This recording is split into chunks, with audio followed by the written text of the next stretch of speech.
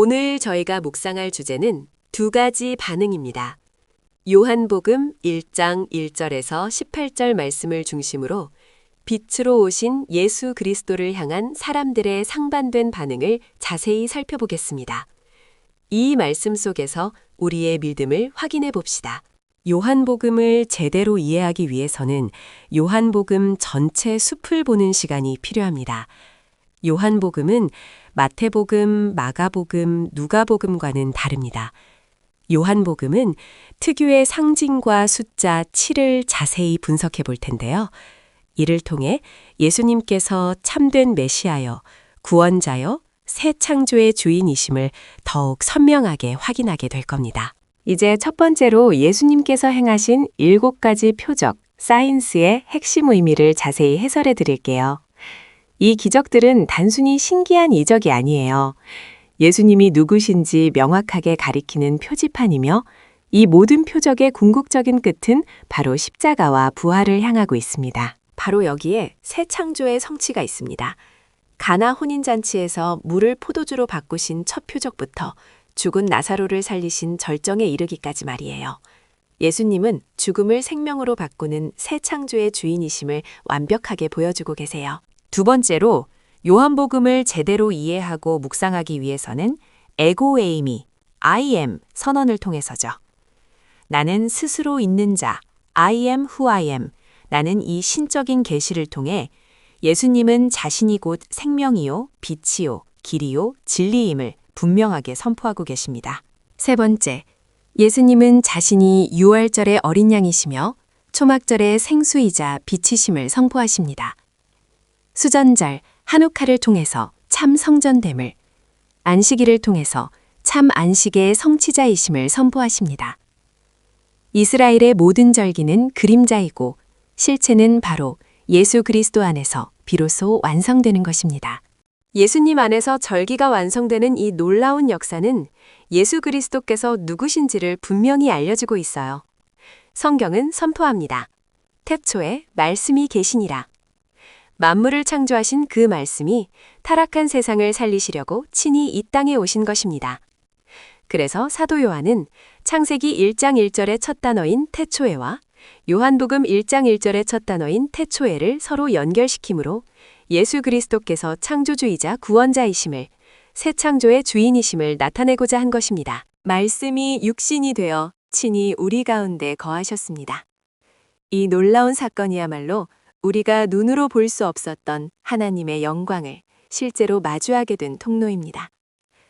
첫 번째 사람 아담이 교만하여 하나님이 되려고 하다가 타락한 세상을 마지막 아담으로 오신 예수 그리스도가 첫 번째 아담이 실패한 것을 온전히 회복시킴으로 구원, 즉 새 창조를 만들어내셨습니다.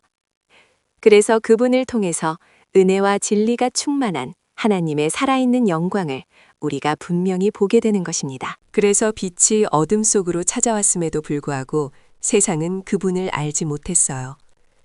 자신의 백성들조차 무지와 편견과 선입관과 죄악에 갇혀 그 살아있는 영광을 알아보지 못했던 것입니다.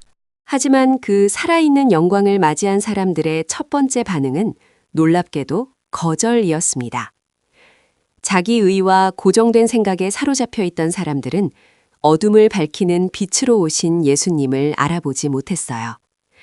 결국 그들은 진정한 주인이신 그분을 배척하며 등을 돌리고 결국에는 십자가에서 죽여버렸습니다. 하지만 감사하게도 모두가 진정한 주인을 외면한 것은 아니었습니다.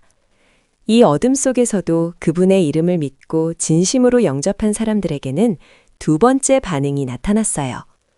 성경은 말합니다. 그 이름을 믿고 받아들이는 자들에게는 하나님의 자녀가 되는 놀랍고 귀한 관세가 주어졌습니다. 이 특권은 오직 믿음으로 반응하는 사람들에게만 허락된 선물입니다. 니고데모가 그랬고 사람들이 죄인이라고 꼬리표 붙인 사마리아 여인이 그랬고 왕의 신하, 권력자가 영접했습니다. 이 특권은 곧 우리 삶에 주권의 이동이 일어났음을 의미합니다. 여러분, 영접은 단순히 천국행을 보장하는 구원 티켓이 아니에요. 그것은 내 인생의 주인을 나 자신에게서 예수님으로 바꾸는 것입니다.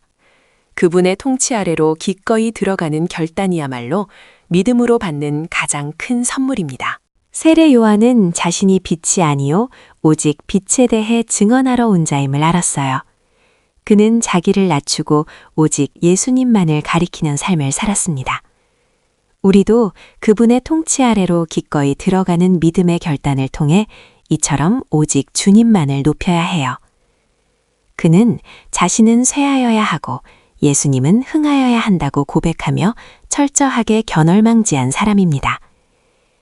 예수님이 구원자이심을 가리켰던 손가락인 자신은 잊혀지는 존재로 만족했습니다. 그것이 그의 소명이요 사명이었기 때문입니다. 네, 우리는 오직 주님만을 높여야 합니다. 우리의 시선은 나 자신이 아니라 세상 죄를 지고 가는 어린 양이신 예수 그리스도께 고정되어야 해요. 그러기 위해서는 예수님께서 말씀하신 것처럼 자기를 부인하고 자기 십자가를 져야만 합니다. 보라, 어린 양이로다. 이 외침처럼 우리는 십자가의 진리를 늘 기억하며 주님을 따르는 믿음의 결단을 해야 합니다. 우리의 삶을 오직 그분께 바쳐야 해요. 우리가 주님께 삶을 바치기로 결단했다면 이제 여러분의 반응은 무엇인지 질문해 볼 차례입니다. 초림을 준비했던 세례 요한처럼 우리는 다시 오실 주님을 간절히 기다리고 있습니다. 그렇다면 오늘 당신은 그분을 당신의 삶의 유일한 왕으로 온전히 영접하시겠습니까?